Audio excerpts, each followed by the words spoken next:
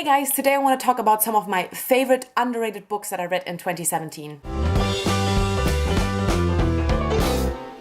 So I know we all love like shady book lists with like worst books, most disappointing books, which I also did, but I thought I just kind of want to do something positive and talk about some of my favorite underrated books that I read in 2018. Some of them were on my top books list, so you probably heard about them more than enough from me, but these are just books that I think in general are not enough talked about in the book community, but I also kind of checked Goodreads and looked at average rating and number of ratings to kind of determine which kind of books I wanted on this list. I just really want more people to read them. I think they are really underrated. Not enough people kind of even know about them. So I thought I'd do this list, talk a bit about what I love, and just hope that you will pick up some of these. So these are in no particular order, but first I want to mention Ramona Blue by Julie Murphy. Now you will probably have heard me talk about this quite a lot. This is definitely not an underrated book on this channel, but in general, definitely underrated. And a lot of it is because of the controversy that was around it. It's stupid, like there's still a lot of 1-star ratings about an issue that has now been said by a lot of people that this book is not problematic at all, that this book has amazing representation, and I would 100% have to agree. I think this story about a girl who was always 100% sure that she is a lesbian, falling in love with her childhood male best friend, is so important. It's representation we need, and I just wish that people would like just change their fucking ratings because it's just not fair. I get that, you know, there was outrage about it initially, but it was a mistake and it's not fair. Like this book, I want more people to read it because I feel like it can be important for so many people kind of trying to, you know, figure out their sexuality in whatever kind of direction. Just kind of seeing Ramona talk about it and kind of trying to figure it out and kind of thinking about labels and everything is something that I feel like everybody who's kind of questioning sexuality can relate to in whatever way it might be. But in general, it's beautiful, has amazing family and friendship dynamics, and the writing is really beautiful as well. It's very emotional.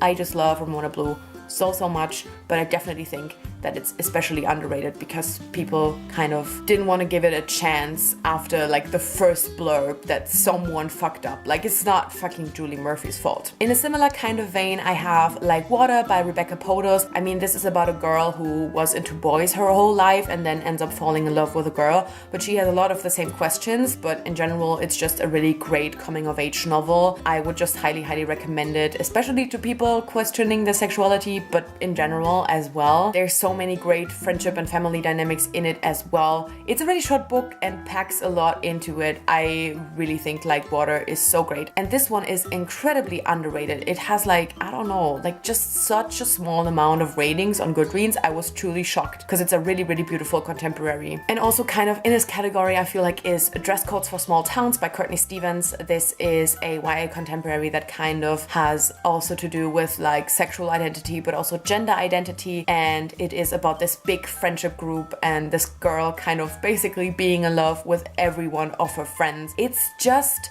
so special. The writing style is really beautiful. I feel like if you kind of grew up in a small town and you sometimes felt out of place there for whatever reasons, you will definitely be able to relate to this. It's really beautiful and I don't know, it just gives me like really good positive feelings. It's great and so underrated as well. Then I also have That Inevitable Victorian Thing by E.K. Johnston. I just don't understand how not more people want to read this book. For me, just the whole concept around it is so great. It is a really awesome book also about like sexual identity. The whole representation in it, be it people of color or just queer characters. It's just so good. It's so much fun, but it also just has this kind of historical fiction-y feeling, even though it's in a futuristic setting. I made a full review on it. I'm gonna link that, but just this book is incredibly underrated. It's so much fun. It's so unique. More people need to read it, like absolutely. And just look at the beautiful cover. I mean, guys, come on. Then I also have Jane Unlimited by Christine Kishore. This has like a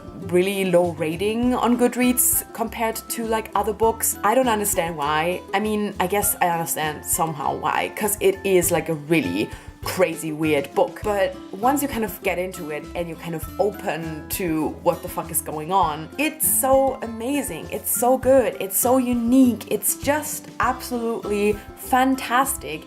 Christine Cashaw's writing style is beautiful. Christine Cashaw's characters are beautiful. I just want more people to read Jane Unlimited. It's so interesting. Like, I am telling you, when you read this book, you will be like, I have never read anything like this before, and you're gonna be happy about it. So just pick up Jane Unlimited. Then I have The Abyss Surrounds Astrology by Emily Skrutsky. It is a kind of science fiction-y story about this girl who is like growing up training sea monsters to protect cruise ships from pirates, and then she ends up being with the pirates, and then she ends up questioning her whole identity and if what she kind of grew up to know is actually right. So fucking amazing. Also really amazing female romance in it. Every time there is a female romance in any kind of SFF, I'm just so incredibly happy, and this is just perfect. It's so good. Everything about this is so good, and most of all, it's just so much fun and so enjoyable and such a quick read. And finally, I have Unconventional by Maggie Harcourt.